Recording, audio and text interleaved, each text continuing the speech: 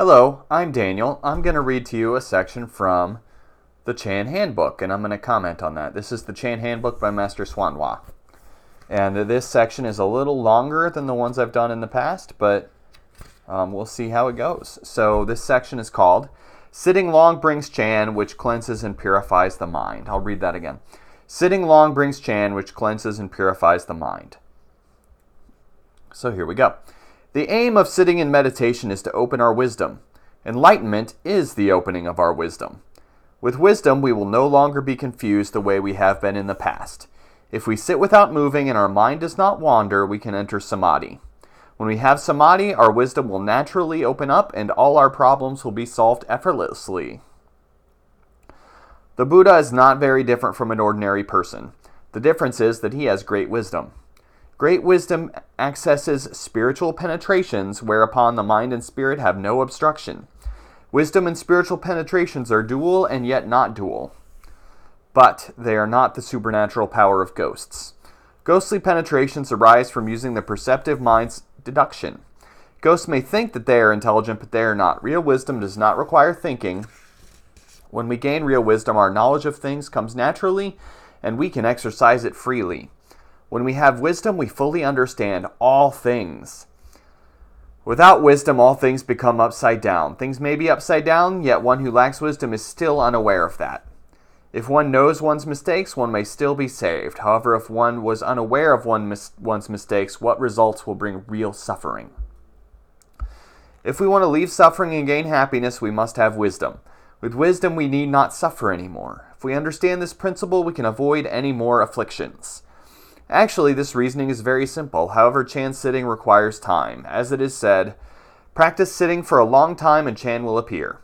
Live in one place for a long time and affinities will develop.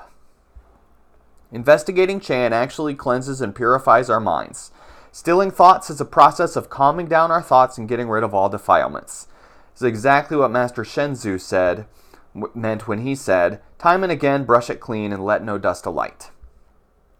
If we understand this principle, we should make determined effort in our practice of Chan.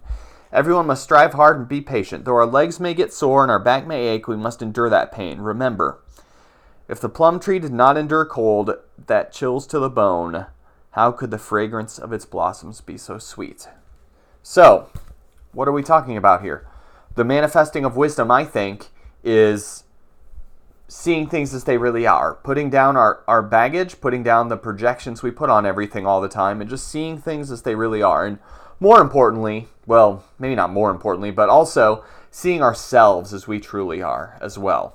Facing our shit and not letting ourselves make excuses or lie to ourselves, but really noticing how we really are, noticing our strengths and weaknesses, and really acknowledging that.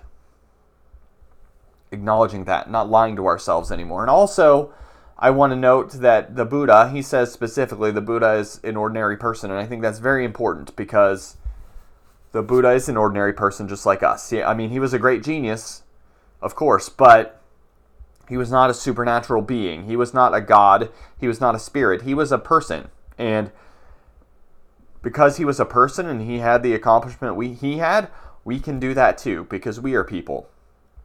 And I think that's an important thing to reflect on. Sometimes we think of the Buddha as out there, something far greater than us. And the truth is that he was an ordinary person like you and me. And that's a very important aspect of this. Very important. And then Swanwa ends the section by saying, hey, this is hard, be patient. And I think that's an important message too.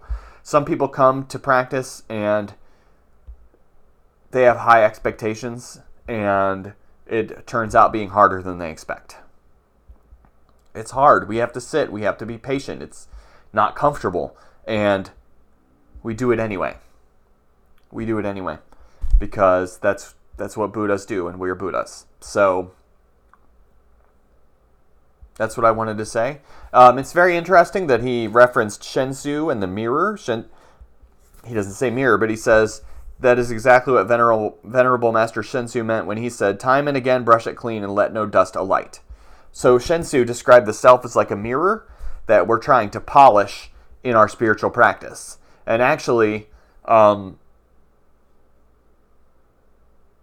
Shensu sort of lost a riddle contest against Huineng. And this is deep in the weeds, but Huineng became the 6th patriarch because he said, there is no mirror.